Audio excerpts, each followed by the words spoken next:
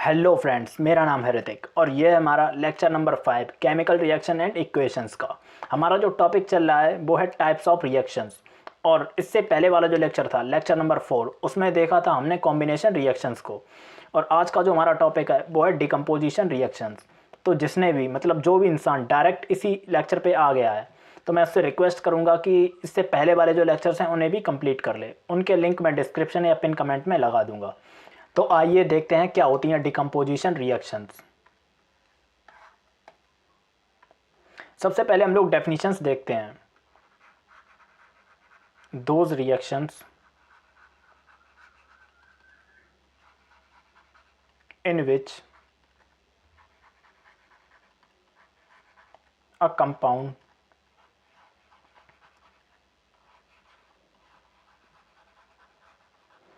those reactions in which a compound splits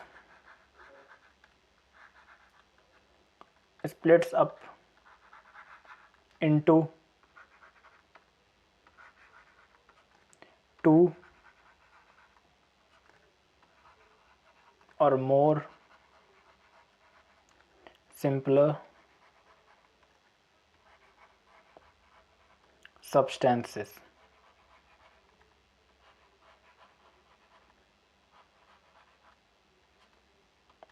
मतलब जैसा कि शब्द है डिकम्पोजिशन, बिल्कुल मतलब वैसी ही ये रिएक्शन है। डिकम्पोजिशन शब्द का मतलब क्या होता है? कोई भी चीज़ डिकम्पोज हो रही है मतलब ब्रेक डाउन हो रही है, स्प्लिट हो रही है, मतलब छोटे छोटे टुकड़ों में टूट रही है। तो वही होता है इस रिएक्शन में। जब भी कोई कंपाउंड डिकम्पोजिशन रिएक्शन शो करता है तो क्या होता है कि वो एक सिंगल कंपाउंड छोटे छोटे दो या दो से ज़्यादा कंपाउंड में टूट जाता है, ब्रेक डाउन हो जाता है। तो वही इसकी डेफिनेशन में लिखा हुआ है, those reactions in which a compound splits up into a two और मोर सिंपलर सब्सटेंस। बस यही लिखा हुआ है कि ये उस टाइप की रिएक्शन है जिसमें एक सिंगल कंपाउंड स्प्लिट हो जाता है मतलब दो या दो से ज़्यादा सब्सटेंसेस में। ठीक है, तो अब देखते हैं इसके एग्जाम्पल्स को। और इसकी डेफिनेशन में कुछ नहीं है, बाकी एग्जाम्पल की अगर बात करें तो एग्जाम्पल में भी हम लोग उस कंपाउंड को लेते हैं जिसके बारे में हमने कल थोड़ा सा देखा था। हमारा CaCO3 कैल्शियम कार्बोनेट, इसका कॉमन नेम क्या होता है मैंने कल बताया था, CaCO3। जब CaCO3 जो है जब वो डिकम्पोज होगा तो क्या बनाएगा? कैल्शियम ऑक्साइड बनाएगा और CO2 गैस बनाएगा। अगर इसके स्टेट्स की बात करें तो ये सॉलिड होता है, ये भी सॉलिड होता है और ये गैस है अपनी। ठीक है, अब एक चीज़ देखो, ये जो कैल्शियम कार्बोनेट है ये डिकम्पोज होके क्या बना रहा है? कैल्शियम ऑक्साइड बना रहा है और CO2 मतलब कार्बन डाइऑक्साइड गैस बना रहा है। लेकिन इसे डिकम्पोज होने के लिए ना एक चीज़ की ज़रूरत होती है, हमें इसे हीट करना पड़ेगा। ठीक है, हमें इसे हीट एनर्जी देनी पड़ेगी, तब जाके ये डिकम्पोज होगा। ऐसा नहीं कि तुम कैल्शियम कार्बोनेट का कोई टुकड़ा ले आए और तुमने रख लिया और वो ऑटोमेटिक डिकम्पोज हो गया, ऑटोमेटिक वो मतलब कैल्शियम कार्बोनेट बन गया और CO2 गैस रिलीज हो गई। ऐसा कुछ नहीं होगा। वो मतलब तुम्हें इस रिएक्शन को परफॉर्म करने के लिए, इस रिएक्शन को अकर करने के लिए, होने के लिए तुम्हें इसे हीट करना पड़ेगा। ठीक है, तो ये एक एग्जाम्पल हो गया। अभी इस रिएक्शन को ध्यान से देखो, CaCO3 मतलब कैल्शियम कार्बोनेट कैल्शियम ऑक्साइड बना रहा है। मैंने कल इसका भी कॉमन नेम बताया था और इसका भी कॉमन नेम बताया था, तो कॉमन नेम तुम लोगों को खुद ही याद रखने, अभी मैं दोबारा रिपीट नहीं करूँगा। और मैंने तो इसके कॉमन नेम पे तो मतलब काफ़ी अच्छा खासा टाइम बताया था, डिफरेंस भी बताया था जब ये जो कंपाउंड है ये रिएक्शन करता है इसके साथ। लेकिन उससे पहले मैं तुम्हें एक और चीज़ बताता हूँ। ये जो अपना है कैल्शियम ऑक्साइड CaO, ये क्या है? It is used in the manufacturing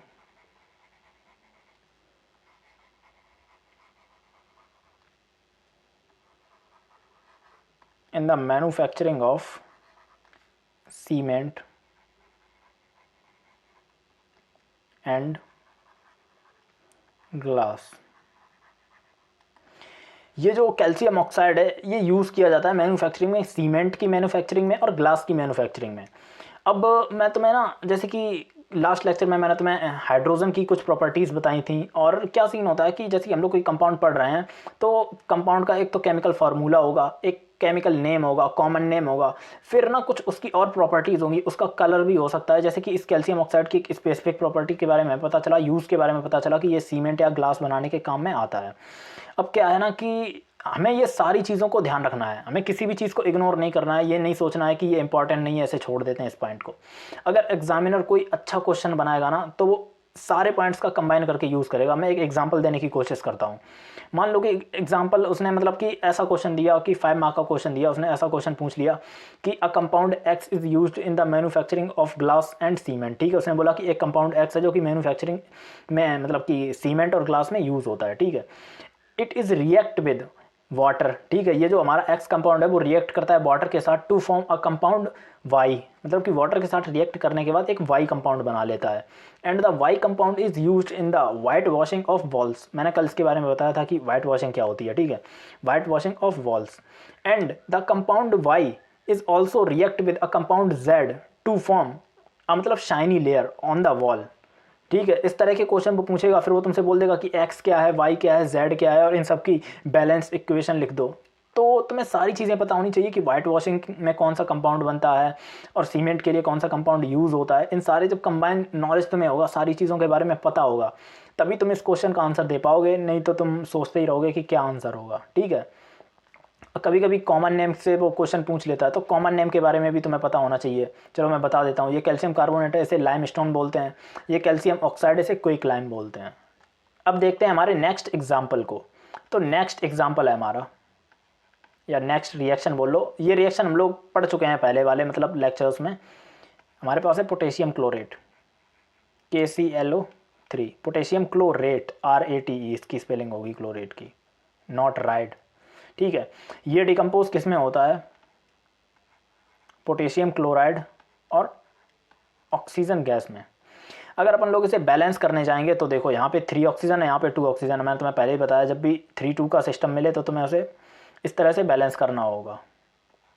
तो ये हो गया, ये अपनी इक्वेशन बैलेंस। अब इसकी स्टेट भी डाल देते हैं। ये सॉलिड होता है, ये भी सॉलिड है, और ये गैस है। इक्वेशन बैलेंस करनी तो अब तुम लोगों को आ ही गई होगी, पर मेन जो चीज़ है इसे भी हीट देना पड़ता है, हीट एनर्जी, इसे भी हीट करना पड़ता है। ठीक है, जब हम इसे ये जो है हमारे पास पोटेशियम क्लोरेट, मैं इसका नेम भी बता चुका हूँ पुराने वाले लेक्चर्स में, नोट्स में होगा तुम्हारे। पोटेशियम क्लोरेट, जब पोटेशियम क्लोरेट को हम लोग हीट करते हैं सिंपली, तो वो पोटेशियम क्लोराइड बनाता है, ऑक्सीजन गैस रिलीज होती है। तो ये भी इंपॉर्टेंट रिएक्शन है, ऐसे भी तुम लोग ध्यान रखना। कैल्शियम कार्बोनेट डिकम्पोज होता है कैल्शियम ऑक्साइड और CO2 गैस में। पोटेशियम क्लोरेट जो है, पोटेशियम क्लोरेट डिकम्पोज होता है पोटेशियम क्लोराइड में और ऑक्सीजन गैस में। ठीक है, तो ये एक रिएक्शन हो गई। अब मैं इनके नेम इसलिए नहीं लिख रहा हूँ क्योंकि मैं पिछले लेक्चर में लिखा चुका हूँ, और शायद तुम लोगों ने अगर रिवीजन किया हो, होमवर्क किया हो, तो तुम लोगों को इसके नेम भी पता होंगे, इनके नेम भी। ठीक है, अब देखते हैं अपन लोग आगे, और अपन लोग आगे क्या है, आगे है NCERT की एक्टिविटी। ठीक है, अब अपन लोग बात करने वाले NCERT की एक्टिविटी, और यहाँ पे मैंने लिखा है NCERT एक्टिविटी मतलब 1.5 और 1.5 एंड 1.6। ठीक है, अब ये जो दोनों एक्टिविटी हैं, ये दोनों ऑलमोस्ट बिल्कुल सिमिलर हैं, बस कि कंपाउंड हम लोगों ने डिफरेंट लिया है। तो पहले 1.5 वाली देखते हैं, फिर 1.6 वाली देखेंगे। अगर 1.5 वाली में बात करें तो हम लोगों ने क्या लिया है, फेरस सल्फेट। हमारे पास फेरस सल्फेट है, ये देखो इस वाले टेस्ट ट्यूब। ये टेस्ट ट्यूब नहीं है एक्चुअली में, इसे बॉइलिंग ट्यूब, जो NCERT में वर्ड यूज़ किया गया है, इसे बॉइलिंग ट्यूब बोला गया है, ये बॉइलिंग ट्यूब है। तो ये क्या हमारा फेरस सल्फेट, और फेरस सल्फेट का जो फार्मूला होता है वो FeSO4 होता है।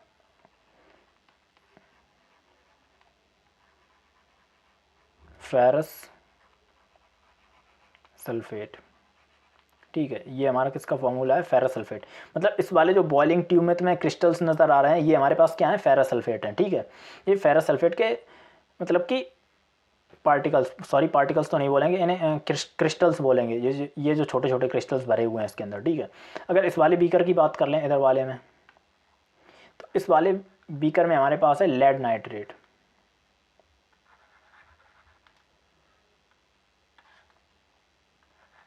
लेड नाइट्रेट, ठीक है, ये हमारे पास है लेड नाइट्रेट। अब इनके NCERT में जो पहले चीज़ लिखी हुई थी कि आपने एक क्रिस्टल मतलब आपने एक बॉइलिंग ट्यूब लिया और उसके अंदर आपने फेरस सल्फेट लिया। पहले अपन लोग 1.5 वाली एक्टिविटी को देख रहे हैं, फिर 1.6 वाली देखेंगे। तो NCERT वालों ने बोला कि आप फेरस सल्फेट लो, और फेरस सल्फेट की सबसे पहली जो चीज़ देखो उसका कलर। ये जो क्रिस्टल्स तुम्हें दिख रहे हैं, ये किस कलर के दिख रहे हैं? अगर वीडियो में सही क्वालिटीज़ देखोगे तो ये ग्रीन कलर के हैं। फेरस सल्फेट किस कलर का होता है, ग्रीन कलर। अब मैंने तुम्हें पहले ही बताया, अभी थोड़ी देर पहले ही बताया था कि कंपाउंड की हर एक इन्फॉर्मेशन इंपॉर्टेंट है। फेरस सल्फेट किस कलर का होता है? ग्रीन कलर का होता है, तो इस चीज़ को भी तुम्हें याद रखना है। लेड नाइट्रेट की अगर बात कर लोगे तो बुक में जो शब्द यूज़ किया गया था वो वाइट यूज़ किया गया था, या तुम बुक में जो शब्द यूज़ किया गया था वो कलरलेस बोला था कि कलरलेस होते हैं, बट इट्स नॉट कलरलेस, ये वाइट कलर के होते हैं। तुम कलरलेस या वाइट जो भी बोलना चाहो बोल सकते हो, ठीक है। तो ये लेड नाइट्रेट है। पहले अपन लोग फेरस सल्फेट को देखते हैं, फिर लेड नाइट्रेट की बात करते हैं। आगे और भी चीज़ें दी गई हैं हमारे इस एक्सपेरिमेंट को करने के लिए। हमें एक बर्नर चाहिए, ये तो मैं पहले भी बता चुका हूँ, मतलब ये बर्नर है। जिसे नहीं पता उसे बता देता हूँ। ये जो चीज़ रखी हुई है यहाँ पे, इसे टोंग बोलते हैं, पेयर ऑफ टोंग भी बोलते हैं, या फिर सिर्फ टोंग भी बोलते हैं। टोंग माने चिमटा, जिससे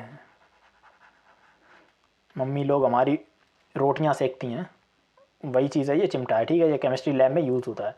तो इस वाले एक्सपेरिमेंट में हम लोगों को ज़्यादा, इस वाली एक्टिविटी में हम लोगों को ज़्यादा कुछ चीज़ चाहिए नहीं, बस एक बर्नर चाहिए, एक टोंग चाहिए, और ये जो बॉइलिंग ट्यूब में फेरस सल्फेट के क्रिस्टल्स चाहिए। अब इन्हें करना क्या है? सिंपली बस बर्नर पे टोंग से पकड़कर इन्हें बॉयल करना है। बॉयल नहीं मतलब हीट करना है, इन्हें हीट एनर्जी देनी है। तो आओ इन्हें हीट करके देखते हैं क्या होता है हमारे पास। तो ये हमारा जो फेरस सल्फेट वाला था, ये जो सिस्टम, इसे हम लोगों ने इस वाले बी मतलब कि बर्नर से हीट किया। अब हीट किया तो जब तुम हीट कर रहे हो तो देखो यहाँ पे कुछ बन रहा है जो कि साफ साफ हम लोगों को दिख रहा है। ये जो ब्राउन कलर का तुम्हें दिख रहा है, ब्राउन कलर का पाउडर टाइप का, अगर मैं इसे इधर लिखता हूँ, ये जो चीज़ है ये हमारे पास क्या है? ये हमारे पास है फेरिक Fe2O3। ये हमारे पास है फेरिक ऑक्साइड, ठीक है। ये जो चीज़ है इसे फेरिक ऑक्साइड बोलते हैं, और इसका कलर बहुत इंपॉर्टेंट है, ये ब्राउन कलर का होता है। पिक्चर में दिख भी रहा होगा, ये ब्राउन कलर का है, ठीक है। अब इसमें से गैस भी रिलीज़ हो रही है, ऊपर देखो ये कुछ गैस भी रिलीज़ हो रही हैं। तो इसमें से जो गैस रिलीज़ होती हैं वो SO3 होती है, और SO2 भी होती है, मतलब सल्फर ट्राईऑक्साइड और सल्फर डाइऑक्साइड दोनों गैसेस रिलीज़ होती हैं। तो NCERT वालों ने पहले इस तरह से बोला कि आप फेरस सल्फेट लो एक बॉइलिंग ट्यूब में, और सबसे पहले उसका कलर नोट करो। तो फेरस सल्फेट का जो कलर होता है वो ग्रीन कलर का था, और फिर बोला कि इसे बर्नर पे मतलब हीट करो। हीट करने के बाद इसका कलर नोटिस करो कि कलर कैसा हो जाएगा। और दूसरी चीज़ जो नोटिस करो कि जब तुम इसे हीट करोगे ना तो तुम्हें एक स्मेल आएगी, एक स्मेल आएगी। तो वो स्मेल बताओ कि मतलब किस चीज़ की तुम्हें स्मेल फील हो रही है। तो कलर तो मैं पता है कि जब ये फेरिक ऑक्साइड बनेगा, Fe2O3 बनेगा, तो ये ब्राउन कलर का होगा, ठीक है, ब्राउन कलर का पाउडर होगा। इस चीज़ को भी याद रख लेना। और अगर आप लोग स्मेल की बात कर लें, यहाँ पे स्मेल जो आएगी, बर्निंग ऑफ सल्फर, मतलब सल्फर के जलने जैसी स्मेल तुम्हें फील होगी, क्योंकि यहाँ पे सल्फर डाइऑक्साइड और सल्फर ट्राइऑक्साइड दोनों गैसेस रिलीज हो रही हैं इस वाली रिएक्शन में। बस इतना ही था इस वाली NCERT की एक्टिविटी में, इसमें और ज़्यादा कुछ भी नहीं था। बोल रहे हैं कि हमारे पास जो प्रोडक्ट बनते हैं, एक्चुअली तुम देख लो, जब हम से डिकम्पोज हो रहा है, जो हमारा मतलब कि फेरस सल्फेट है वो डिकम्पोज होकर फेरिक ऑक्साइड बना रहा है, सल्फर डाइऑक्साइड बना रहा है, सल्फर ट्राइऑक्साइड बना रहा है, ठीक है। तो अब अपन लोग इसकी रिस्पेक्टिव बैलेंस्ड इक्वेशन देख लेते हैं क्या है, जैसे मैं पहले ही से नोट करके लाया हूँ। देखो ये हमारे पास है क्या, ये जो चीज़ है ये हमारे पास फेरस सल्फेट, मैं इसके नेम डाले दे रहा हूँ।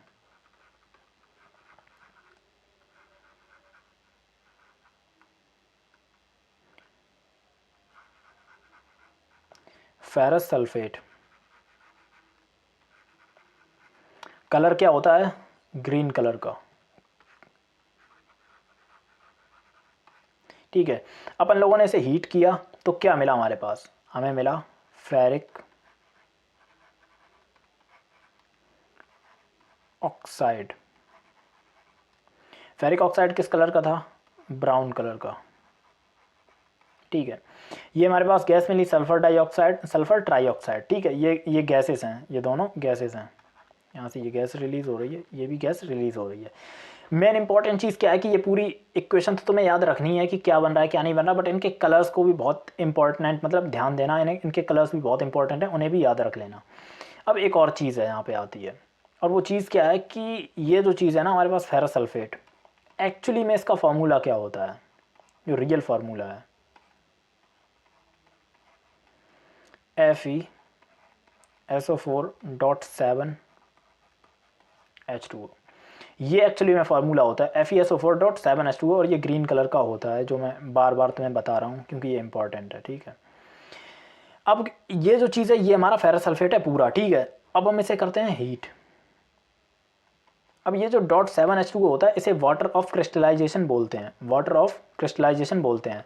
अभी तुम और भी आगे कंपाउंड पढ़ोगे जिनमें मतलब कि .10H2O होगा, .24H2O होगा, मतलब कि किसी भी कंपाउंड के फार्मूले के बाद अगर डॉट का मतलब होता है multiply, into 7H2O, 10H2O, 24H2O, जितने भी बार मल्टीप्लाई इंटू H2O आ रहा है उसे वाटर ऑफ क्रिस्टलाइजेशन बोलते हैं, ठीक है। और अब हम क्या करते हैं, जब हम इसे बॉइलिंग ट्यूब में डाल के हीट करते हैं तो क्या होता है, इसमें से ये जो 7H2O के मॉलिक्यूल्स हैं ये निकल जाते हैं, ठीक है। ये मतलब कि यहाँ से निकल जाते हैं हीट करने की वजह से, और फिर हमारे पास सिर्फ बचता है FeSO4, ये बचता है हमारे पास, ठीक है। अब ये जो चीज़ है इसे हम लोग बोलते हैं अनहाइड्रस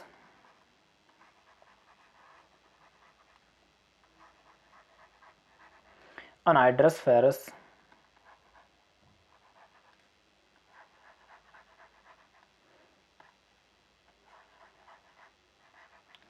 सल्फेट। हो सकता है किसी की स्पेलिंग मिस्टेक हो जाए तो इतना माइंड मत करना, ठीक है। ये हमारे पास होता है अनहाइड्रस फेरस सल्फेट, ये वाला जो मॉलिक्यूल है जिसमें वाटर ऑफ क्रिस्टलाइजेशन नहीं होता। इसका कलर इंपॉर्टेंट होता है जो कि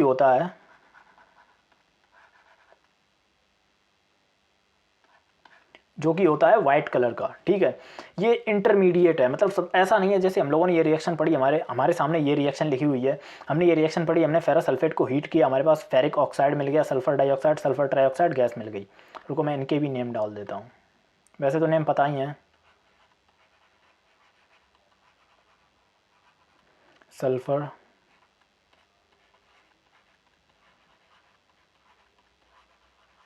सल्फर डाइऑक्साइड, और ये हमारा सल्फर ट्राइऑक्साइड, ठीक है। तो ये इनके नेम हो गए। अब बात इसकी थी, जब ये नॉर्मली इस तरह का होता है FeSO4.7H2O, जब हम लोग इसे हीट करते हैं तो डायरेक्ट ये फेरिक ऑक्साइड नहीं बनता है। सबसे पहले ये इंटरमीडिएट, जो रिएक्शन की इंटरमीडिएट स्टेट होती है, ये अनहाइड्रस फेरस सल्फेट बनता है, ये 7H2O वाटर ऑफ क्रिस्टलाइजेशन को लॉस कर देता है। और फिर इसके बाद जब हम इसे हीट करते हैं फर्दर, मतलब कि इस स्टेट में जाने के बाद भी इसे फर्दर हीट करते रहते हैं, तब जाकर ये हमें फेरिक ऑक्साइड देता है और sulphur dioxide, sulphur trioxide gas देता है, ठीक है। तो इस चीज़ को भी याद रख लेना, ये ग्रीन कलर का है, इस चीज़ को वाटर ऑफ क्रिस्टलाइजेशन बोलते हैं। और जब ये वाटर ऑफ क्रिस्टलाइजेशन लॉस कर देता है तो इसे हम लोग बोलते हैं अनहाइड्रस फेरस सल्फेट, ठीक है। तो ये रिएक्शन हो गई। ये हमारी थी NCERT की एक्टिविटी 1.5। अब हम लोग एक्टिविटी 1.6 पे देखते हैं। अभी इसी वाली पे वापस आते हैं, इसी वाली स्लाइड, सॉरी इस वाली स्लाइड पे, ये वाली। हमारे पास लेड नाइट्रेट के भी क्रिस्टल्स हैं, और सेम चीज़ें वही करनी है जो अभी हम लोगों ने इसके साथ करी थी फेरस सल्फेट के साथ, मतलब इसे भी बर्नर पे हीट करना है और कुछ भी नहीं करना है। इसका जो कलर होता है मैं इसे डाल देता हूँ वाइट, ये वाइट कलर का है, वाइट डाल दो या कलरलेस, बेटर होगा कलरलेस यूज़ करो, क्योंकि शायद NCERT में कलरलेस ही शब्द यूज़ हुआ है, तो वो ज़्यादा बेटर यूज़ होगा, ठीक है।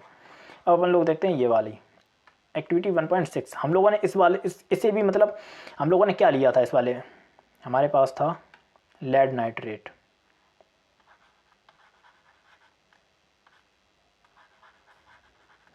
लेड,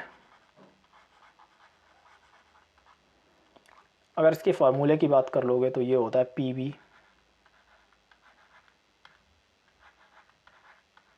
PbNO3 का होल ट्वाइस, ठीक है।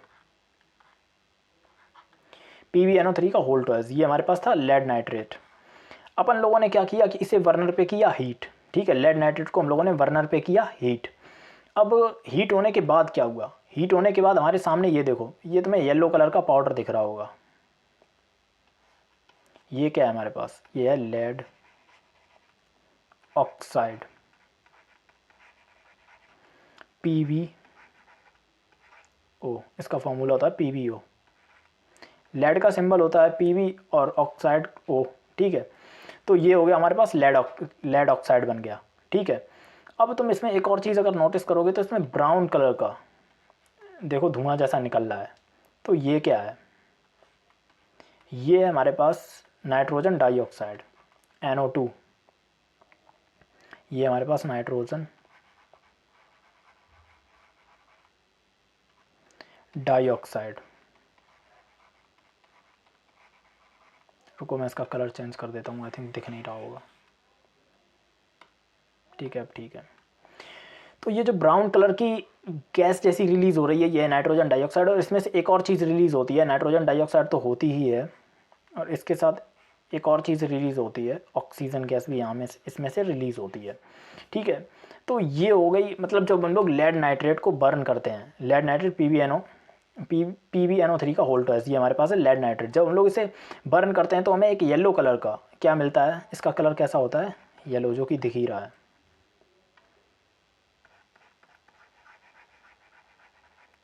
ठीक है। येलो कलर का एक पाउडर मिलता है जो कि होता है लेड ऑक्साइड, और इसमें से एक ब्राउन कलर की गैस निकलती है जो कि होती है हमारे पास नाइट्रोजन डाइऑक्साइड, ठीक है। तो अब हम लोग इसकी बस और कुछ नहीं है, इस वाली एक्टिविटी में भी यही सारी चीज़ें निकलती हैं। आपको कलर इंपॉर्टेंट है, कलर याद रख लेना, और क्या क्या प्रोडक्ट बनते हैं वो भी याद रख लेना, ठीक है। अब हम लोग इसकी रिस्पेक्टिव रिएक्शन देख लेते हैं, क्या है? ये रही हमारे पास रिएक्शन, ठीक है। PbNO3 को हम लोगों ने हीट किया, हमारे पास PbO यानी कि लेड ऑक्साइड बना, NO2 नाइट्रोजन डाइऑक्साइड और ऑक्सीजन बना। अगर आप चाहें तो मैं इनके नेम भी डाल देता हूँ, वैसे लेड नाइट्रेट, ये किस कलर का था? कलरलेस। मैं फिर बोल रहा हूँ, कलर इंपॉर्टेंट है। एग्जामिनर अगर मान लो 5 या 4 मार्क का क्वेश्चन देगा तुम्हें बोर्ड एग्जाम में, तो वो कलर के साथ खेलेगा, कलर के साथ ज़रूर यूज़ करेगा ना। इनका केमिकल नेम पूछेगा, केमिकल नेम तो नहीं देगा डायरेक्ट, ये तो मान ही लो। कॉमन नेम से बात होगी या फिर कलर से बोलेगा। और ये जो हमारे पास चीज़ मिली थी, ये थी हमारे पास लेड ऑक्साइड, जो कि है येलो कलर, ठीक है। ये येलो कलर की थी। ये है हमारे पास nitrogen dioxide,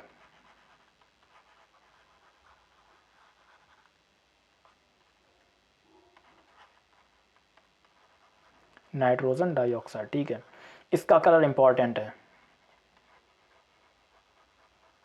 brown fumes.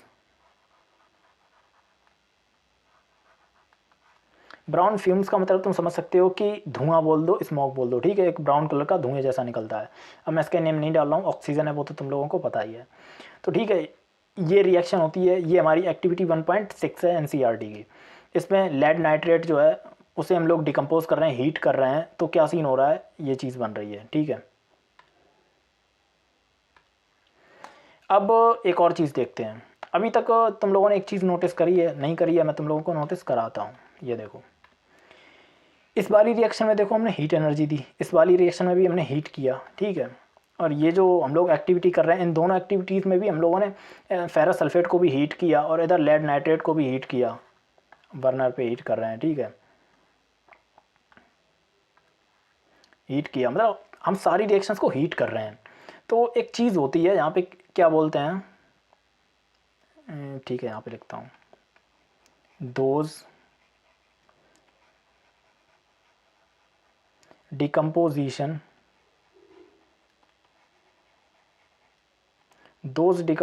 reactions occurs why the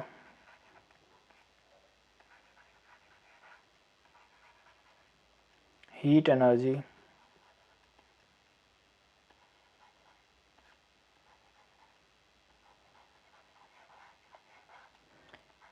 is known as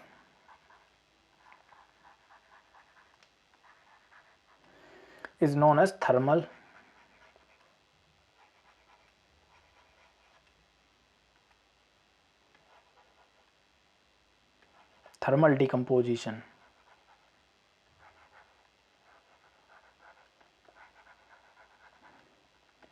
simple सा है, उन्होंने एक स्पेसिफिक कर दिया है कि जो डिकम्पोजिशन रिएक्शंस में हीट एनर्जी यूज़ होगी उसे हम लोग थर्मल डिकम्पोजिशन बोलेंगे, बस और कुछ भी नहीं है। एक डेफिनेशन बढ़ा दी तुम्हारे रटने के लिए, एग्जाम में बोल दिया उसने कि डिफाइंड थर्मल डिकम्पोजिशन, तो तुम्हें बोलना पड़ेगा कि those decomposition reactions occur by the heat energy is known as thermal decomposition. अब हीट जो वर्ड है वो मतलब थर्मल वर्ड से डिनोट करता है। जैसे कि फीवर होता है तो हम लोग थर्मामीटर से मेज़र करते हैं, तो वो क्या करता है, वो टेम्परेचर को ही तो नापता है। तो हीट एनर्जी को थर्मल वर्ड से, मतलब कि ऐसा समझ लो सैनोनिम है इसका। तो थर्मल वर्ड जो है थर्मल डिकम्पोजिशन, बस और कुछ भी नहीं है। अब देखते हैं और रिएक्शंस को हमारे सामने। ये देखो हमारे पास है NaCl, सोडियम क्लोराइड, अपना बेसिक टेबल सॉल्ट, नमक बोल लो भाई, अपना नॉर्मल नमक जो सोडियम क्लोराइड है हमारे पास। हम लोगों ने क्या किया, अब यहाँ पे एक और चीज़ है देखने वाली। ये देखो यहाँ पे एल बना हुआ है, एल का मतलब क्या है, लिक्विड। भैया आपसे लिखने में गलती हो गई क्या, मतलब आप सभी को पता है कि हमारा जो नमक होता है वो सॉलिड होता है, सॉलिड क्रिस्टल्स होते हैं, तो यहाँ पे लिक्विड क्यों बना हुआ है। यहाँ पे लिक्विड का मतलब पता है क्या है, मॉल्टन। मतलब हमने जो नमक लिया है वो पिघला हुआ है। अगर तुम नमक को 800 डिग्री सेल्सियस 800 डिग्री सेल्सियस तक हीट करोगे तो वो पिघल जाएगा। जैसे लोहा है, आयरन है, आयरन 1500 डिग्री सेल्सियस पे मेल्ट हो जाता है। मेल्टिंग पॉइंट, बॉइलिंग पॉइंट, ये सब क्लास 9th की चीज़ें हैं जिनके बारे में आपको भले पढ़ाना हो, बट थोड़ी सी बहुत चीज़ें तो पता ही होंगी कि मतलब कि वो टेम्परेचर जिस पे कोई भी सब्सटेंस मेल्ट हो जाता है, बिल्कुल पानी जैसा बन जाता है। अभी तुम नॉर्मल लोहा देखोगे, तुम्हारे आसपास जो भी आयरन की चीज़ें हैं वो बिल्कुल सॉलिड है, लेकिन अगर तुम उसे 1500 डिग्री सेल्सियस तक हीट कर दोगे ना तो वो पानी की तरह बिल्कुल पिघल जाएगा, मेल्ट हो जाएगा। उसे बोलते हैं मॉल्टन स्टेट। तो जो नमक लिया है इस वाली रिएक्शन में हम लोगों ने, वो मॉल्टन लिया है। मतलब नमक जो है उसे हम लोग 800 डिग्री सेल्सियस तक हीट किया है और वो पिघल गया है, उसी वाली स्टेट में, मॉल्टन स्टेट में हम लोगों ने उसे लिया है। अब क्या किया है, पहले हम लोग हीट एनर्जी दे रहे थे, इस वाली रिएक्शन में हम लोग हीट एनर्जी नहीं दे रहे। ये देखो हम लोग क्या कर रहे हैं, इलेक्ट्रिसिटी है, ठीक है, वो जो पिघला हुआ नमक है हम लोग उसमें से इलेक्ट्रिसिटी पास कराएंगे, मॉल्टन। अब मैं इनके नेम नहीं डाला हूँ, NaCl सोडियम क्लोराइड तो तुम लोगों को पता ही है। तो हम लोगों को क्या मिल रहा है, सोडियम मेटल मिल रहा है, ये सोडियम मेटल मिल जाता है, ठीक है, ये सोडियम मेटल मिल जाएगा और क्लोरीन गैस मिल जाएगी हम लोगों को, ठीक है, क्लोरीन गैस, ये तो हम लोगों को पता है क्लोरीन गैस। तो दो चीज़ें, जब भी हम लोग पिघले हुए मॉल्टन सोडियम क्लोराइड में इलेक्ट्रिसिटी पास करते हैं तो उसमें से क्या मिलता है हमको, सोडियम मेटल मिल जाता है और क्लोरीन गैस रिलीज हो जाती है। इस चीज़ को याद रख लेना, ये रिएक्शन है, ठीक है। और इसमें कुछ नहीं है, डिकम्पोजिशन हो रहा है सोडियम क्लोराइड का। अब देखते हैं और आगे की रिएक्शन। ये हमारे पास एल्यूमिनियम ऑक्साइड, इसका नेम डाल देता हूँ, ये हमारे पास एल्यूमिनियम ऑक्साइड, ठीक है, ये हमारे पास है एल्यूमिनियम ऑक्साइड। ये भी देखो सॉलिड है, ये सॉलिड होता है, इससे हम लोग क्या करते हैं, इसमें भी इलेक्ट्रिसिटी को पास करते हैं। आई थिंक सॉलिड नहीं, सॉरी ये भी लिक्विड होगा, मुझसे लिखने में मिस्टेक हुई है। लिक्विड का मतलब मॉल्टन होगा, ये भी पिघला हुआ होगा। नॉर्मली देखोगे तो ये जैसे कि नॉर्मल जो NaCl होता है वो सॉलिड होता है, वैसे ही नॉर्मली अगर तुम एल्यूमिनियम ऑक्साइड को देखोगे तो वो भी सॉलिड होता है, लेकिन हम लोगों को नॉर्मल वाला नहीं लेना है इन रिएक्शंस को करने के लिए। हमें इन्हें इतना हीट करना है कि ये मेल्ट हो जाए, मॉल्टन स्टेट में लेना है और उसके बाद उसमें से इलेक्ट्रिसिटी को पास कराना है। जब इलेक्ट्रिसिटी को पास कराएंगे तो हमें क्या मिलेगा, एल्यूमिनियम मेटल मिलेगा और ऑक्सीजन गैस रिलीज होगी। देखो इस वाली उस वाली रिएक्शन में क्लोरीन गैस रिलीज हो रही है, इस वाली रिएक्शन में ऑक्सीजन गैस रिलीज होगी। तो पहले हम लोग देख रहे थे, अभी तक हम लोग पहले हम लोगों ने जो 4 रिएक्शंस देखी उनमें हम लोगों ने हीट एनर्जी का यूज़ किया। अब हम लोग इलेक्ट्रिसिटी का यूज़ कर रहे हैं, मतलब कि कंपाउंड्स को ब्रेक डिकम्पोज करने में, ठीक है। अब हम लोग पढ़ने वाले हैं NCERT की एक्टिविटी 1.7 और ये एक्टिविटी में मतलब काफ़ी सारी चीज़ें यूज़ हो रही हैं। हो सकता है काफ़ी नई चीज़ें तुम लोग देखो जो आज से पहले ना देखी हों, और ये काफ़ी बड़ी एक्टिविटी है, तो आराम से समझना, मैं समझाने की पूरी कोशिश करूँगा बहुत अच्छे से। इसे यहाँ पे ले आता है फ़िलहाल के लिए, ठीक है। ये सारी चीज़ें यूज़ हो रही हैं इस वाले, मतलब कि इस वाली एक्टिविटी में, ठीक है। तो अभी मैं थोड़ा थोड़ा तुम लोगों को समझाता हूँ ये क्या क्या चीज़ें हैं। ये तो हमारे सामने जो 2 चीज़ें रखी हैं ये तो सबकी फेवरेट चीज़ें हैं, सबको पता ही है, इन्हें बोलते हैं टेस्ट ट्यूब्स। अब ये तो रॉड जैसे दिख रहे हैं, इन्हें बोलते हैं इलेक्ट्रोड्स।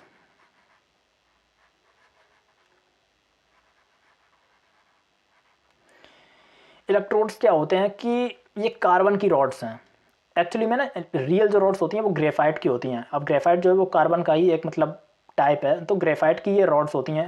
इलेक्ट्रोड्स क्या होता है, ये कार्बन की रॉड होती हैं। अब मैं तुम्हें कैसे समझाऊं, जैसे कि तुमने कभी टीवी में जो रिमोट होता है उसमें जो सेल पड़ते हैं, उन सेल को कभी तुम लोगों ने उसके ऊपर प्लास्टिक की जो रैपिंग होती है, तुम उस रैपिंग को हटाना, ठीक है।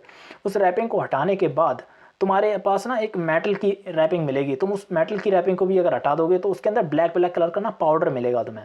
उस पाउडर को भी तुम जब हटाओगे ना तो उसके जस्ट बिल्कुल सेंटर पे एक रॉड टाइप की पड़ी रहती है, बीच में एक रॉड फिट होगी ब्लैक कलर की। तो वही जो रोड होती है वो इलेक्ट्रोड होती है और वो ग्रेफाइट की बनी होती है। तो वही वाली रोड्स हम लोगों ने ली हैं, ये हैं इलेक्ट्रोड्स, ठीक है। ये क्या है, ये हमारे इलेक्ट्रोड्स, ठीक है। अब इस बॉक्स को देख लो। इस बॉक्स में क्या है कि नॉर्मली एक बीकर टाइप का है, लेकिन इसके ऊपर रबर की एक कॉर्क लगी हुई है। उस कॉर्क में 2 होल्स हैं, ये देखो यहाँ पे तुम लोगों को दिख रहे होंगे अगर अच्छे से, तो ये 2 होल्स हैं इसमें, ठीक है। होल्स के बाद उन्हीं होल्स में 2 टेस्ट ट्यूब भी फिट हैं अंदर, देख लो। उन्हीं होल्स के अंदर 2 टेस्ट ट्यूब्स भी फिट हैं, ठीक है। फिर ये हम लोगों ने 2 वायर लिए हैं, एक रेड कलर का एक ब्लैक कलर का है। ये हम लोगों ने एक बीकर में वाटर लिया है, एक में डाइल्यूट सल्फ्यूरिक एसिड लिया है, ठीक है। अब ये हमारे पास है स्विच। अब मैं सबके नेम नहीं डाल रहा हूँ, तुम लोगों को दिख रहा होगा इनके ऊपर तो वाटर लिखा है। ये हमारे पास वायर है। एक पूरा अच्छा खासा सेटअप तैयार होगा इस वाली एक्टिविटी के लिए। अब मैं ऐसे पढ़ा रहा हूँ, अगर मान लो कि स्कूल के लैब में अगर तुम ये एक्टिविटी करोगे तो तुम्हें इस वाली एक्टिविटी को करने में सच में सबसे ज़्यादा मज़ा आएगा, क्योंकि इसमें मतलब कि काफ़ी ज़्यादा साइंटिफिक चीज़ें होंगी, ठीक है, और चीज़ें तुम्हें आंखों के सामने दिखेंगी। तो ये वायर है और ये जो तुम्हें वाइट कलर का दिख रहा है ये स्विच है। चलो इसके ऊपर डाल देता हूँ, ठीक है। ये स्विच है हमारे पास। अब ये तो सबको पता है, ये तो सबकी बचपन की फेवरेट चीज़ है, बैटरी। अब भले पता नहीं तुम्हारी जनरेशन ने इस चीज़ से रिलेट किया या नहीं किया है, बट हम लोगों के लिए ना ये बहुत वैसी मतलब बचपन में हम लोग जब मेले में जाते थे तो बैटरी वाले खिलौने लेके आते थे, फिर उसके अंदर से ना यही वाली बैटरी निकलती थी। तो ये बैटरी है सिंपली। अभी वापस आते हैं टॉपिक पे, काफ़ी सीरियस टॉपिक चल रहा है। तो ठीक है, ये बैटरी है, इसके ऊपर वाटर पड़ा है, ये डाइल्यूट सल्फ्यूरिक एसिड है। अब करना क्या है वो देखो। सबसे पहले ये जो बॉक्स है हमारे पास, ये वाला सेटअप वाला, इसका कोई अलग से नेम नहीं है लैब में। तो क्या करना है, इसके अंदर ना सबसे पहले पानी भरना है तुम लोगों को। इस चीज़ के अंदर ना ये जो वाटर है ये भरना है, इसके अंदर पानी डालना है। पानी डालने के बाद उसमें थोड़ा सा सल्फ्यूरिक एसिड की कुछ मतलब बहुत ही लो मात्रा, कुछ ड्रॉप्स, मतलब एनसीईआरटी में जो शब्द यूज़ किया गया है कि some drop of dilute sulphuric acid हमें इसमें ऐड करना है, ठीक है। डाइल्यूट सल्फ्यूरिक एसिड हमने इसमें ऐड कर दिया। पहले पानी मिलाया, फिर उसमें डाइल्यूट सल्फ्यूरिक एसिड ऐड कर दिया। फिर हम इसमें ना ये जो होल्स 2 दिख रहे हैं, इसमें हम लोग डालेंगे इलेक्ट्रोड्स को। दोनों इलेक्ट्रोड्स को इसके अंदर डाल देंगे। इलेक्ट्रोड्स को डालने के बाद ये जो 2 टेस्ट ट्यूब्स हैं, ध्यान से सुनना एक एक स्टेप्स को, अभी जो रिजल्ट होगा वो भी मैं तुम्हें दिखाऊंगा। सबसे पहले हम लोगों ने इसके अंदर पानी भरा, फिर उसके अंदर कुछ ड्रॉप्स ना डाइल्यूट सल्फ्यूरिक एसिड डाला। डाइल्यूट सल्फ्यूरिक एसिड डालने के बाद फिर हम लोगों ने उसके अंदर इलेक्ट्रोड्स डाले। इलेक्ट्रोड डालने के बाद ये जो टेस्ट ट्यूब्स हैं इनके अंदर भी पानी भरा हम लोगों ने। और पानी भरने के बाद ना हमने इन्हें उल्टा करके, ये जो होल्स हैं ऊपर वाले, इनके ऊपर इन्हें उल्टा करके रख दिया, ठीक है। इतना सेटअप तैयार हो गया। फिर हम लोगों ने लिया वायर। ये जो रेड कलर का वायर है और ब्लैक कलर का वायर है। रेड कलर का वायर हम लोग हमेशा पॉजिटिव में के लिए यूज़ करते हैं, ब्लैक कलर का वायर हम लोग निगेटिव के लिए यूज़ करते हैं। फिर हम लोगों ने इन वायर्स को इन दोनों इलेक्ट्रोड्स पे कनेक्ट किया, और कनेक्ट करने के बाद हम लोगों ने पूरा एक सीरीज टाइप का सिस्टम बनाया। इस वाली बैटरी से कनेक्ट करके स्विच भी कनेक्ट किया। अब पूरा जो सेटअप तैयार हो जाएगा, वो पूरा सेटअप तैयार हो गया, और उसके बाद हम लोगों ने ये जो स्विच था इसे ऑन कर दिया। हो सकता है अभी तुम्हें ना समझ में आया हो, बट अभी इसका जो रिजल्ट दिखाऊंगा उससे तुम्हें काफ़ी चीज़ें क्लियर हो जाएंगी। जब तुमने जैसे ही स्विच ऑन करोगे फिर देखो क्या होगा। ये सेटअप बन के पहले देखो कैसा तैयार होगा, और फिर जब तुम स्विच ऑन करोगे तब क्या होगा वो देखते हैं। ये देखो, बनने के बाद ना ये कुछ इस तरह का तुम्हें दिखेगा। हम लोगों ने सबसे पहले इसके अंदर पानी भरा था, ठीक है। पानी भरने के बाद जो अंदर वाली टेस्ट ट्यूब थी उनके अंदर हम लोगों ने इलेक्ट्रोड्स डाले थे। ये देखो इलेक्ट्रोड्स, मतलब कि ग्रेफाइट की रॉड्स होती हैं, कार्बन रॉड्स होती हैं। इलेक्ट्रोड्स डाले थे। इलेक्ट्रोड डालने के बाद हम लोगों ने ये जो 2 टेस्ट ट्यूब थी इनके अंदर पानी भरा था, और पानी भरने के बाद इन्हें उल्टा करके, इन्वर्ट करके इन्हीं होल्स के ऊपर लगाया था, ठीक है। लगाने के बाद हम लोगों ने बैटरी से इसे कनेक्ट किया था। ये वाला जो इलेक्ट्रोड ऐसे हम लोगों ने पॉजिटिव से कनेक्ट किया है, और ये वाला जो ब्लैक वाला वायर है इसे हम लोगों ने नेगेटिव से कनेक्ट किया है, ठीक है। ये हो गया अपना सिस्टम, और स्विच ऑन कर दिया। अब तुम देखो ना, इसमें से क्या होगा, बबल टाइप के बनने लगेंगे। जैसे तुम स्विच ऑन करोगे, इन टेस्ट ट्यूब्स के अंदर ना बबल बनने लगेंगे, और वाटर जो लेवल होगा, पानी का जो लेवल होगा टेस्ट ट्यूब्स के अंदर, वो धीमे धीमे नीचे जाने लगेगा, पानी कम होने लगेगा धीमे धीमे, और बबल्स बनने लगेंगे। अब जो सीन होगा ना वो क्या होगा, यहाँ पे ये मैंने इमेज एआई से जनरेट करी, तो यहाँ पे क्या हुआ कि इक्वल वाटर दिखा रहा है कि इसमें भी इक्वल वाटर है, इसमें भी इक्वल वाटर है। बट तुम इसे लैब में बिल्कुल रियली परफॉर्म करोगे ना, तो वाटर इक्वल नहीं होगा। ऑक्सीजन के अंदर जो पानी का लेवल होगा वो इस तरह का होगा, इतना मान लो, ये पूरा इतना ऑक्सीजन का, मतलब ये नीचे पूरा पानी भरा हुआ है येलो कलर का जो मैं कर रहा हूँ, ठीक है।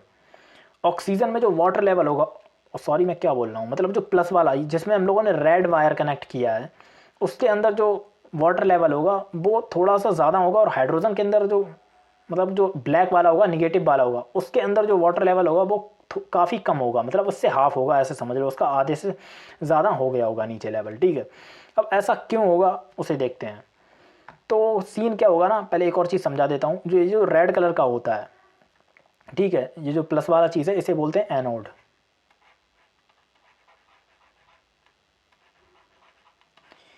हो सकता है काफ़ी चीज़ें तुमने पहली बार सुनी हो, या इसके बारे में थोड़ा बहुत तुम्हें पता भी हो, क्योंकि ये एक्सपेरिमेंट, ये जो एक्टिविटी है ये काफ़ी बड़ी है, इसमें काफ़ी इक्विपमेंट्स का यूज़ हो रहा है, और काफ़ी कॉम्प्लेक्स चीज़ें चल रही हैं। तो हो सकता है तुम्हें थोड़ी चीज़ें कम समझ में आए, बट एक दो बार रिवीजन करोगे तो तुम्हें चीज़ें समझ में आ जाएंगी, ठीक है।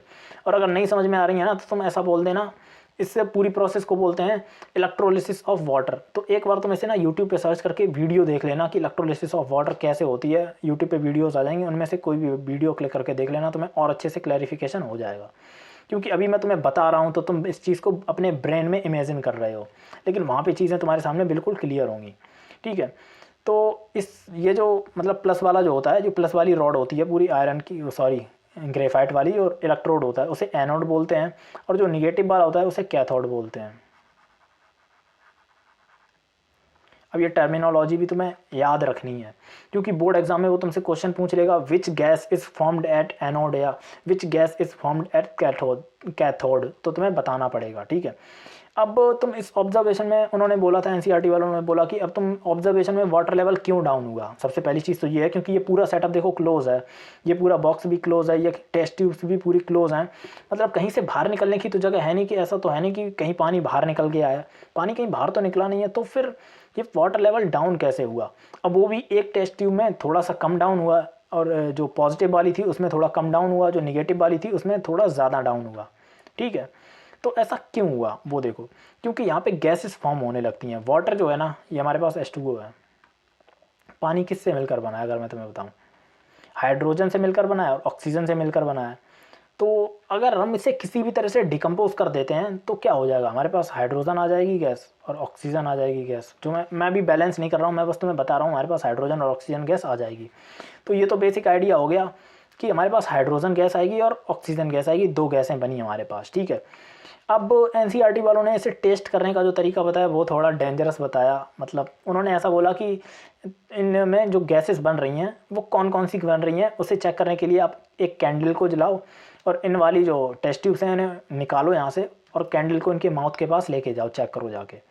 तो जो कैथोड के पास होगी, निगेटिव टर्मिनल के पास होगी, उसमें जैसे तुम कैंडल पास लेके जाओगे ना, वो एकदम बर्न करने लग जाएगी, एकदम बहुत तेज़ आग लगने जाएगी, जलने लगेगी। बट ये डेंजरस है, एनसीईआरटी वालों ने बोला है, तो मैं तुम्हें इसलिए बता रहा हूँ, बट मैं तुम्हें बिल्कुल भी रेकमेंड नहीं करूँगा कि तुम ऐसा कुछ घर पे करो, ठीक है।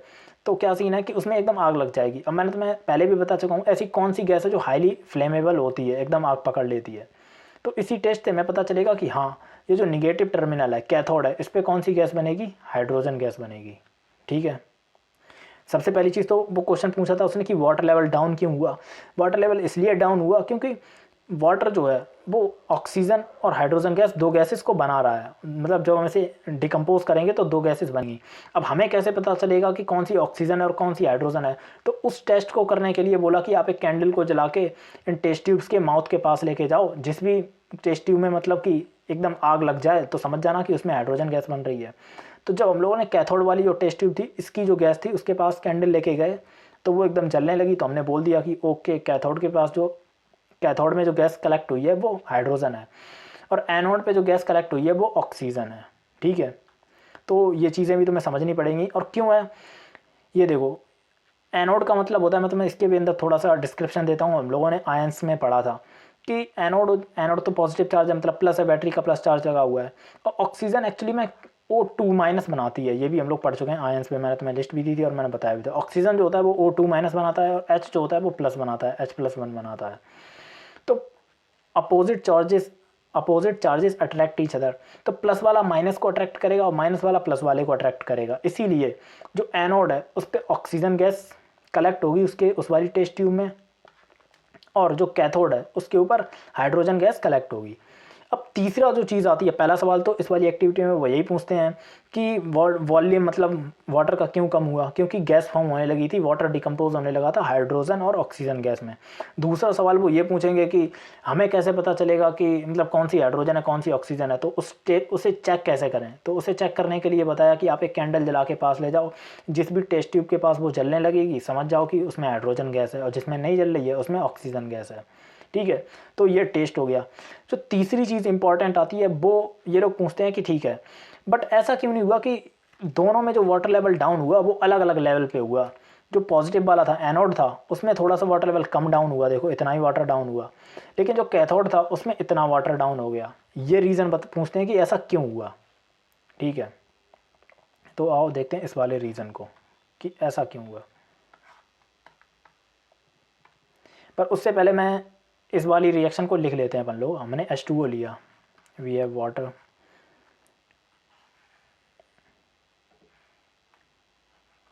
ये किस में टूटेगा, हाइड्रोजन में टूटेगा और ऑक्सीजन में टूटेगा।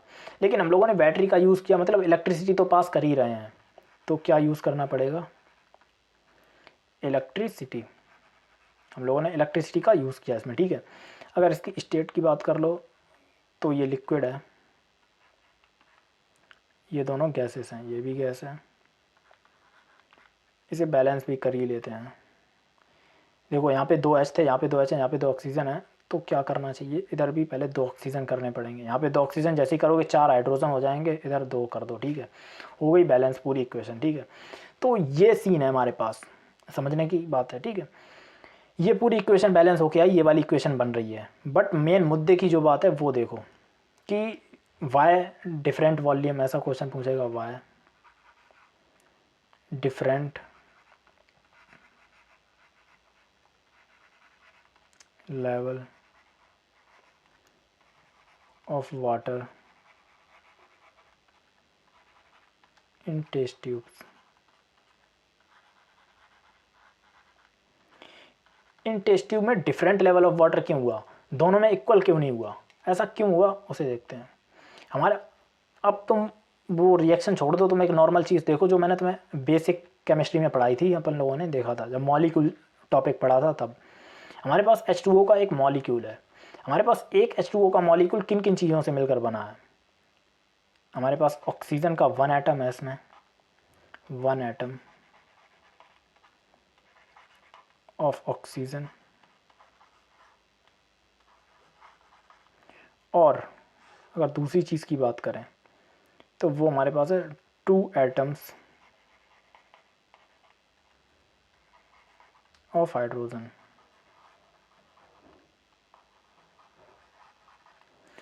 ये बिल्कुल एकदम बेसिक यूनिटरी मेथड है, ऐसा समझ लो कि ये वो चीज़ है। मतलब हम अभी समझाता हूँ। मतलब कि अगर हम लोग 3 वॉल्यूम, मान लो कि हमने 3 वॉल्यूम क्या लिया, वी, मैं पूरा नहीं लिख रहा हूँ, चलो लिख देता हूँ। 3 वॉल्यूम हम लोगों ने क्या लिया, H2O लिया, ठीक है, वाटर लिया। तो इसमें से हाइड्रोजन गैस कितनी निकलेगी और ऑक्सीजन गैस कितनी निकलेगी। अगर ऑक्सीजन की बात कर रहे हैं, ऑक्सीजन मैं पूरा नहीं लिख रहा हूँ, सिर्फ ऑक्सीजन, चलो फोटो लिख दिया। इसमें से ऑक्सीजन कितना, मतलब ऑक्सीजन का जो वॉल्यूम होगा वो कितना होगा, 1 वॉल्यूम होगा। भाई एक हाइड्रोजन, एक H2O का जो मॉलिक्यूल है वो 2 हाइड्रोजन और 1 ऑक्सीजन से मिलकर बना हुआ है। ये ऊपर देखो, तो एक H2O मॉलिक्यूल को मान लो हम लोग डिकम्पोज कर रहे हैं, इलेक्ट्रिसिटी देखें तो क्या होगा, जब डिकम्पोज करेंगे तो उसमें से एक एटम ऑक्सीजन का निकलेगा और 2 एटम हाइड्रोजन के निकलेंगे।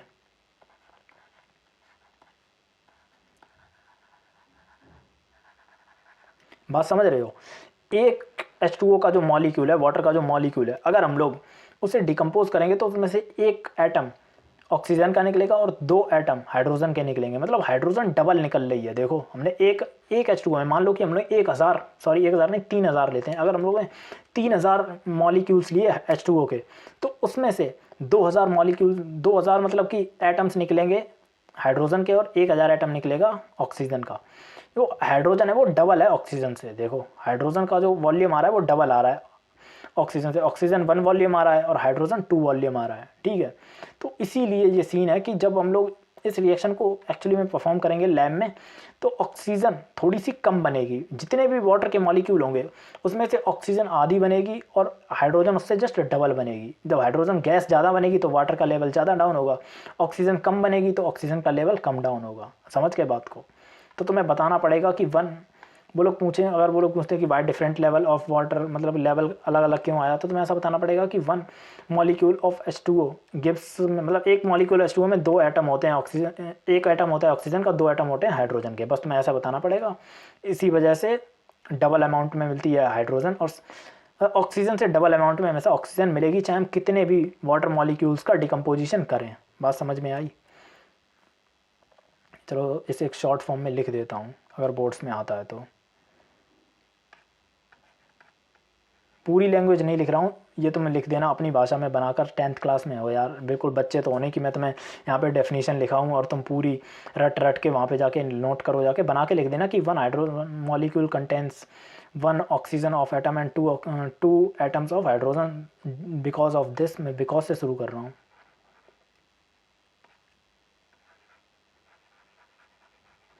Because of this hydrogen is always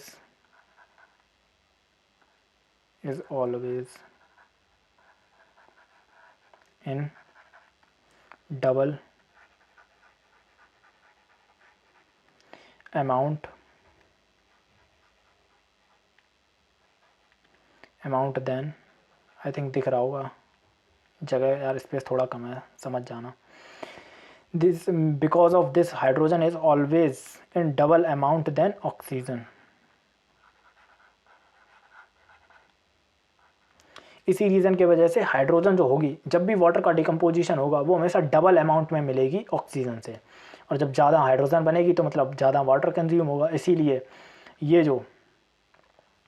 जो मतलब हमारा कैथोड वाला जो होगा, जिसमें हम लोग निगेटिव टर्मिनल कनेक्ट करेंगे, उसमें वाटर का लेवल ज़्यादा डाउन होगा, और जिसमें लोग पॉजिटिव टर्मिनल कनेक्ट करेंगे उसमें थोड़ा सा वाटर लेवल कम डाउन होगा। एक्चुअली हाफ का सिस्टम होगा इसमें, जितना ज़्यादा मतलब जितना इसका होगा उसका जस्ट हाफ इस वाले में होगा। और दूसरा क्वेश्चन ये तो तुम लोगों को समझ में आ ही गया होगा कि कैथोड यानी कि निगेटिव टर्मिनल पे हाइड्रोजन आएगा क्योंकि H+ बनाता है, एनोड पे ऑक्सीजन आएगा क्योंकि O- बनाता है। ठीक है, बात समझ गए? अगर नहीं समझ में आई है एक्टिविटी तो मैं तुमसे कहूँगा कि इस लेक्चर को रिवीजन करो, क्योंकि इस एक्टिविटी में काफ़ी चीज़ें मतलब हो रही हैं एक साथ। ये बिल्कुल सिंपल एक्टिविटी नहीं है कि एक रिएक्शन लिख दी और मतलब हो गया काम। पुरानी वाली एक्टिविटीज़ में अभी तक हमने जितना पढ़ा कि उनमें एक्टिविटीज़ बिल्कुल ईजी थी, सिर्फ मतलब कि बॉइलिंग ट्यूब में डाल के हीट देनी थी, सिस्टम हो रहा था अपने आप, कुछ करने की ज़रूरत नहीं थी। लेकिन इसमें क्या है कि इसमें रिएक्शन बहुत सिंपल है, सिर्फ H2O वाली रिएक्शन है, तुम देखोगे अगर। बट ये पूरी एक्टिविटी थोड़ी सी टफ है और इसमें से क्वेश्चन बहुत अच्छे अच्छे बन सकते हैं। ठीक है, तो मैं तुमसे कहूँगा कि इस वाली एक्टिविटी को अच्छे से पढ़ना। तो अब आगे देखते हैं। आगे हमारी NCERT की एक्टिविटी 1.8। अब ये जो टॉपिक है ना, डिकम्पोजिशन रिएक्शन, इस अकेले टॉपिक में NCERT की 5 एक्टिविटीज़ हैं। मतलब इस अकेले टॉपिक में NCERT ने 5 एक्टिविटी दी हैं। तो इस वाली एक्टिविटी में देखते हैं। ये देखो, ये हमारे पास क्या सिस्टम है, इसे मैं समझाता हूँ। ये जो वाइट कलर का बाउल तुम्हें दिख रहा है ना, इसमें ये इसके एक तो केमिस्ट्री लैब के जो अपार्टस होते हैं उनके अलग अलग नेम होते हैं। किसी का वॉच ग्लास है, तुम नाम से तो बिल्कुल सोच भी नहीं सकते इसका नेम क्या होगा। इसे चाइना डिश बोलते हैं। चाइना डिश तुम्हें सोचने में लग रहा होगा चाइना की कुछ खाने। जब मैं अपनी क्लास में, जब मैं क्लास 10th में था, जब मैंने पहली बार से सुना था ना चाइना डिश के बारे में, मुझे लगता था नहीं कोई खाने वाली चीज़ है, जाने क्या कोई मतलब कि कोई रेसिपी का नाम है चाइना डिश। इसे चाइना डिश बोलते हैं। ये जो वाइट बॉल है, इस बाउल है, इसकी बात कर रहा हूँ मैं। ठीक है, जिसके अंदर ये पाउडर जैसी चीज़ रखी है वो। ठीक है, ये होता है अपना, ये है चाइना डिश। और इसके अंदर जो चीज़ है, ये जो वाइट कलर का पाउडर तुम्हें दिख रहा है, ये है हमारा पास सिल्वर क्लोराइड AgCl, ठीक है, ये हमारे पास है AgCl सिल्वर क्लोराइड।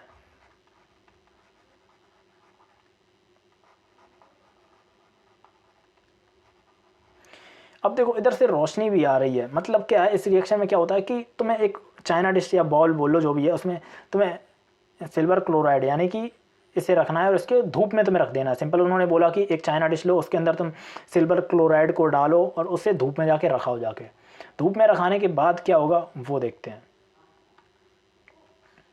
धूप में रखाने के बाद जब तुम इसे धूप में रखोगे ना तो इसमें से इस तरह का देखो ग्रीन, इस तरह का धुआं जैसा निकलेगा और इसका कलर चेंज हो जाएगा। तो हमारे पास क्या मिल जाएगा, ये जो चीज़ हमें इधर मिली है, ये बाउल के अंदर जो चीज़ है ये होगा हमारे पास सिल्वर मेटल, ये Ag होगा, ये क्या होगा सिल्वर मेटल। और ये जो चीज़ निकल रही है ऊपर ये होगी chlorine gas, Cl2 chlorine gas. अब इसका जो कलर होता है वो होता है येलोइश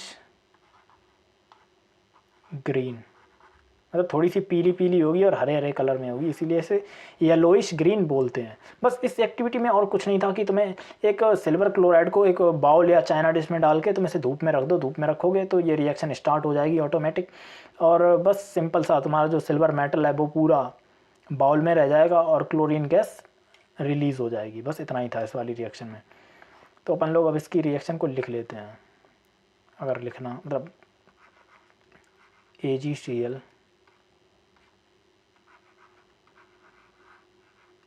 क्या कर रहा हूँ मैं, हमारे पास AgCl है, हम लोगों ने इसे क्या बना दिया Ag बना दिया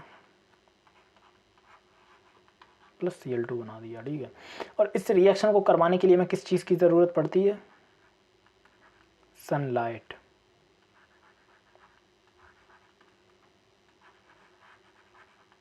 हमें इसे करवाने के लिए सनलाइट की ज़रूरत पड़ती है। अगर इसकी स्टेट की बात कर लो तो ये भी सॉलिड है, ये भी सॉलिड है और ये गैस है। अगर बैलेंस करना है तो इधर 2 लगा दो और इधर भी 2 लगा दो, बस ये बैलेंस हो गई। बस इतना ही था इस रिएक्शन में और कुछ नहीं था। अगर नेम की बात कर लूँ तो वैसे मैं ऊपर नेम डाल चुका हूँ, बस फिर भी डाल देता हूँ दोबारा। ये हमारे पास सिल्वर क्लोराइड, ये हमारे पास सिल्वर क्लोराइड, ये सिल्वर मेटल होता है, हमारे पास सिल्वर मेटल मिलेगा। और ये तो गैस है, ये हमें को ये मैंने बता भी दिया कि येलोइश ग्रीन कलर की होती है, ठीक है। इसी से बिल्कुल एक सिमिलर रिएक्शन है, इसका जुड़वा भाई बोल दो तुम, बस ऐसा समझ लो। इसमें क्लोरीन की जगह पे ब्रोमीन आ जाएगी, AgBr। ये रिएक्शन भी बिल्कुल सेम होती है, इसे भी होने के लिए हमें सनलाइट की ज़रूरत होती है,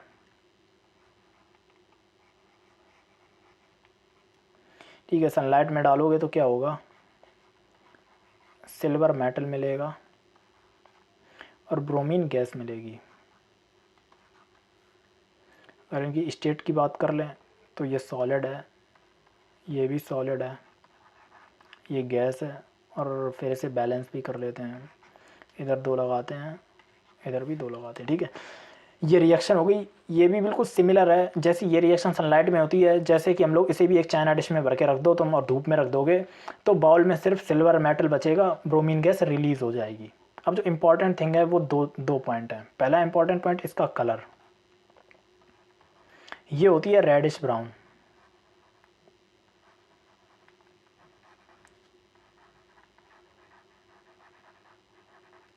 मैं फिर बोल रहा हूँ, पहले भी बोल चुका हूँ, कलर्स इंपॉर्टेंट हैं। इस मतलब ये मत सोचना कि ठीक है रिएक्शन याद कर ली, कलर की ज़रूरत नहीं है, कलर्स बहुत इंपॉर्टेंट हैं, ठीक है।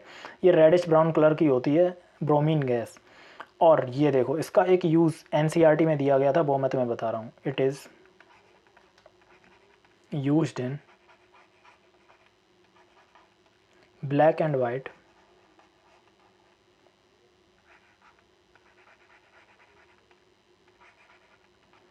फोटोग्राफी,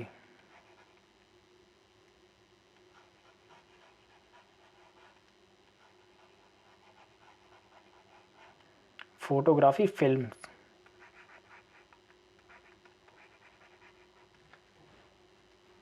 फिल्म की स्पेलिंग आई थिंक गलत लग रही है, बट समझ जाओ, फोटोग्राफी फिल्म। जैसे कि एल्बम होती है ना, एल्बम में एक वो बनाई जाती है ब्लैक एंड वाइट कलर की, तुम लोगों ने देखी होगी, निगेटिव्स जिन्हें बोलते हैं, जिनके अंदर कलर नहीं होते हैं, बिल्कुल देखा हो तुम लोगों ने। वो उसी मतलब वो सिल्वर ब्रोमाइड से ही बनते हैं, उसके अंदर सिल्वर ब्रोमाइड का यूज़ होता है ब्लैक एंड वाइट जो फोटोग्राफी फिल्म्स होती हैं उसके अंदर, ठीक है। और ये ब्रोमीन जो गैस है वो रेडिश ब्राउन कलर की होती है। तो ये दो रिएक्शंस थी जो सनलाइट से हो रही थी। अब आगे देखते हैं। हाँ, अब ये 4 एक्टिविटी होने के बाद एनसीईआरटी में इन लोगों ने एक और एक्टिविटी डाल दी सेम इसी रिएक्शन में, डिकम्पोजिशन रिएक्शन में। उन्होंने बोला कि इसको खुद से परफॉर्म करो जाके। और मज़े की बात ये है कि इजी रिएक्शंस उन लोगों ने मतलब तुम्हें फ़ोटो बना के पूरी दी हैं, बट ये रिएक्शन थोड़ी सी खतरनाक है, और बोल दिया कि ये वाली खुद करो जाके। अब ये रिएक्शन मैं तुम्हें पहले ही करवा चुका हूँ, जो मैंने तुम्हें लेक्चर लिया था, हमारा लेक्चर नंबर शायद 3rd था, कैरेक्टरिस्टिक्स ऑफ केमिकल रिएक्शंस। उसमें मैंने तुम्हें चेंज इन टेम्परेचर के बारे में बताया था। तो उसमें मैंने तुम्हें एक रिएक्शन कराई थी यही वाली। ये क्या बोल रहे हैं, take 2 gram barium hydroxide in a test tube, add 1 gram ammonium chloride and mix with the help of glass rod. मतलब कि बेरियम हाइड्रोक्साइड लो 2 ग्राम और उसमें 1 ग्राम अमोनियम क्लोराइड मिला के उसे मिक्स करो अच्छे से एक ग्लास रॉड की हेल्प से। और फिर क्या बोल रहे हैं, touch the bottom of the test tube with your palm. मतलब कि जो टेस्ट ट्यूब है हमारी, टेस्ट ट्यूब बोल दो या बीकर बोल दो, जिसके अंदर भी हम लोग ये वाला एक्सपेरिमेंट कर रहे हैं, उसके बॉटम को अपने हाथ पे टच करके देखना है कि क्या फील हो रहा है। अब ये रिएक्शन के बारे में मैं इसकी पूरी रिएक्शन लिख के लाया हूँ, मैं पहले से लिख के लाया हूँ। पहली चीज़ तो मैं इसके बारे में तुम्हें पहले ही बता चुका हूँ। तो इस क्वेश्चन का आंसर तुम लोग खुद दोगे। इज़ दिस एक्सोथर्मिक और एंडोथर्मिक रिएक्शन, इसके बारे में तुम लोग खुद बताओगे, मैं बिल्कुल भी नहीं बताने वाला हूँ, ठीक है। तो ये एक एक्टिविटी के अंदर ही आ जाएगी, इसे मिलाकर 5 एक्टिविटी हो गई हैं हमारी। अब हम लोग देखते हैं कि डिकम्पोजिशन रिएक्शंस का यूज़ कहाँ पे होता है, जो कि इम्पॉर्टेंट है हमारे लिए। अगर इसके पहले यूज़ की बात करें, the decomposition reaction carried out by the electricity are use to extract several metals from their naturally occurring compounds like chloride और ऑक्साइड्स। मतलब अगर मैं इसे सिंपल, ये तो किताब की लैंग्वेज है, बुक में जो लिखा था वो वाली लैंग्वेज है, अगर मैं तुम्हें सिंपल लैंग्वेज में बताऊँ, जो डिकम्पोजिशन रिएक्शंस का हम लोग यूज़ करते हैं, स्पेशली उन डिकम्पोजिशन रिएक्शंस का यूज़ करते हैं जो इलेक्ट्रिसिटी से कैरीड आउट करी जाती हैं।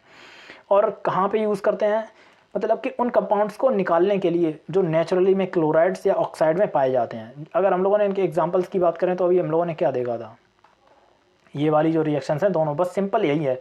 ये देखो क्लोराइड है, सोडियम मेटल को हम लोग अगर नमक से निकालेंगे ना, तो हम लोग NaCl का यूज़ करेंगे इलेक्ट्रिसिटी दे के, बस सिंपली बोल रहे हैं। प्योर मेटल निकालने के लिए हम लोग क्लोराइड में से इलेक्ट्रिसिटी पास करते हैं, मॉल्टन में से, और ऑक्साइड में से भी, मॉल्टन में से हम लोग इलेक्ट्रिसिटी जब पास करते हैं तो हमें प्योर मेटल मिल जाता है। बस यही लिखा हुआ है कि मेटल के क्लोराइड और ऑक्साइड से हमें प्योर मेटल को एक्सट्रैक्ट करने के लिए डिकम्पोजिशन रिएक्शंस को यूज़ करना पड़ता है। अब दूसरी देखो डिकम्पोजिशन रिएक्शन कहाँ पे यूज़ होती हैं। दूसरी वाली जो डिकम्पोजिशन रिएक्शन है, the digestion of food in the body is an example of decomposition reaction. हमारी बॉडी में जो डाइजेशन हो रहा है फूड का, मैंने पहले भी बताया था कि जो ग्लूकोज का मतलब कि डिकम्पोज होता है हमारा ग्लूकोज। अब ग्लूकोज का जो डिकम्पोजिशन है वो कॉम्बिनेशन रिएक्शन में भी आता है और डिकम्पोजिशन रिएक्शन दोनों में आ जाता है। कैसे आता है, कॉम्बिनेशन रिएक्शन में हमें ऑक्सीजन की ज़रूरत होती है, ऑक्सीजन जब कंबाइन होता है तब वो ग्लूकोज का जो बड़ा सा मॉलिक्यूल है वो कार्बन डाइऑक्साइड और H2O में ब्रेक होता है। तो वही बोल रहे हैं कि जो हमारा डाइजेशन है फूड का, वो भी एक एग्जाम्पल है डिकम्पोजिशन रिएक्शन का। तो ये चीज़ें भी याद रख लेना। अगर मान लो कि बोर्ड एग्जाम में उन्होंने बोल दिया कि डिफ़ाइन करो डिकम्पोजिशन रिएक्शन क्या होती हैं, और अभी मतलब कि डिकम्पोजिशन रिएक्शन, थर्मल डिकम्पोजिशन क्या होता है, उन्होंने ऐसा बोल दिया कि डिकम्पोजिशन के बारे में तुम्हें जितनी नॉलेज है, एग्जाम्पल 1 या 2 एग्जाम्पल के साथ बताओ और यूज़ बताओ इनके। तो तुम्हें यूज़ बताने पड़ेंगे कि डिकम्पोजिशन रिएक्शन, पहली चीज़ तो जब हम लोग प्योर मेटल को एक्सट्रैक्ट करते हैं उनके क्लोराइड और ऑक्साइड से, तब यूज़ करते हैं। दूसरा, डाइजेशन ऑफ फूड जो हमारी बॉडी में होता है वो भी एक एग्जाम्पल है डिकम्पोजिशन रिएक्शन का, ठीक है। तो ये सारी चीज़ें इतनी हम लोगों ने पढ़ ली। अब आज का लास्ट टॉपिक, बिल्कुल छोटा सा टॉपिक बचा हुआ है, वो देखते हैं। अब एक चीज़ तुम नोटिस करो, पूरी हमने फर्स्ट जो डिकम्पोजिशन रिएक्शन देखी थी वहाँ से लेके एंड तक अगर बात करें, हर एक डिकम्पोजिशन में हम लोग एनर्जी को मतलब कि दे रहे हैं रिएक्शन को होने के लिए। अगर बात करें कैल्शियम कार्बोनेट की, चाहे कोई भी कंपाउंड ले लो तुम, किसी भी कंपाउंड को, नमक को ले लो, किसी को भी ले लो, नमक हमारे आसपास रखा रहता है, कैल्शियम कार्बोनेट का टुकड़ा ले आओ। ऐसा तो होता नहीं कि नमक रखा है ऑटोमेटिक उसमें से क्लोरीन गैस निकलने लगी और सिर्फ सोडियम का मेटल रह गया, ऐसा तो होता नहीं है। इन रिएक्शंस को करने के लिए हमें एनर्जी देनी पड़ रही है। हर रिएक्शन को कैरी आउट करने के लिए हमें एनर्जी को मतलब कि देना पड़ रहा है, चाहे वो हीट एनर्जी हो, चाहे वो लाइट एनर्जी हो, चाहे वो इलेक्ट्रिसिटी हो। तो क्या सीन है, हम लोगों ने एक चीज़ पढ़ी थी कि शायद फर्स्ट लेक्चर में पढ़ी थी, या हाँ नहीं सेकंड लेक्चर में पढ़ी थी। सेकंड लेक्चर में हम लोगों ने पढ़ी थी कि जिन रिएक्शंस में एनर्जी को देना पड़ता है उन रिएक्शंस को हम लोग क्या बोलते हैं, एंडोथर्मिक रिएक्शंस। सो ऑल, अगर इसे ऐसे देखें, all decomposition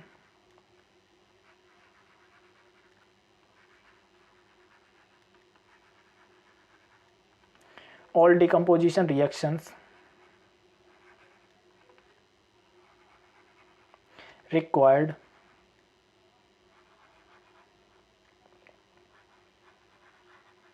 energy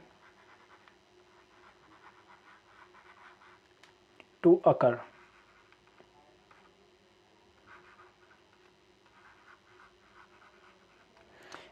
That's why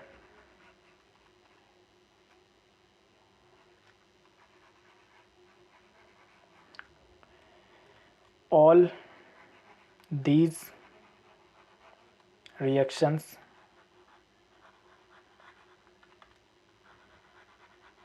are endothermic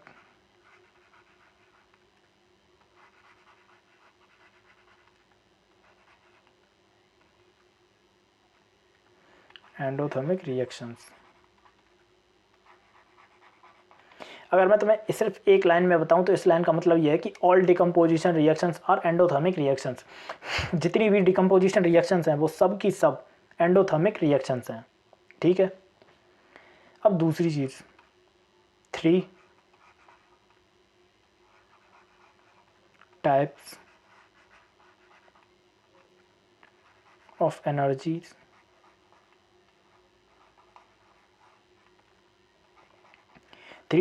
energies used, ये तो हमको पता ही है, यूज्ड इन डिकम्पोजिशन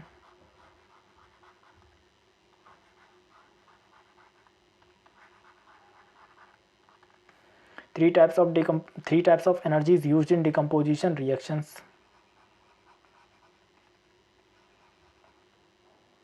are, हमने 3 टाइप की एनर्जीज को देखा डिकम्पोजिशन रिएक्शंस को करने के लिए। सबसे पहली कौन सी थी, हीट एनर्जी।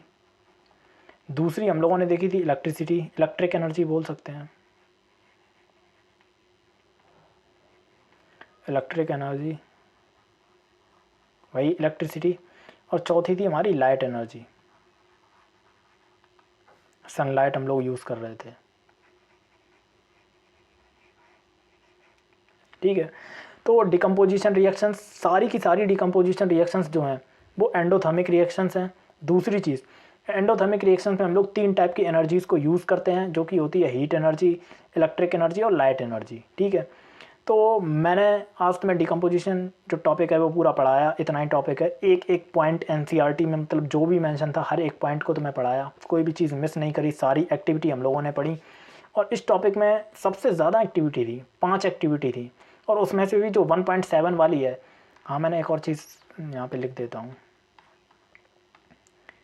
ये जो पूरा प्रोसेस है इसे हम लोग बोलते हैं इलेक्ट्रोलिसिस।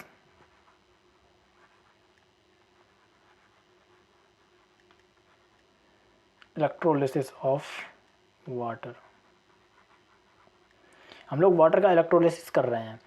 तो अगर मतलब मुझे पता है ये लेक्चर काफ़ी बड़ा भी है और हैवी भी है, इसमें हम लोगों ने काफ़ी हैवी नॉलेज भी देखी है, तो हो सकता है तुम्हें एक बार में समझ में ना आए। मैं तुमसे कहूँगा कि पहले तुम इस बार लेक्चर को देखो और फिर तुम इसके नोट्स बनाओ, और 1 या 2 दिन बाद तुम इसे थोड़ी सी फास्ट स्पीड में फिर से देखो एक बार, तब तुम्हें सारी चीज़ें क्लियर हो जाएंगी। ठीक है, तो आज के लिए बस इतना ही रखते हैं, काफ़ी बड़ा लेक्चर ऑलरेडी बन चुका है। तब तक के लिए ओके, बाय बाय।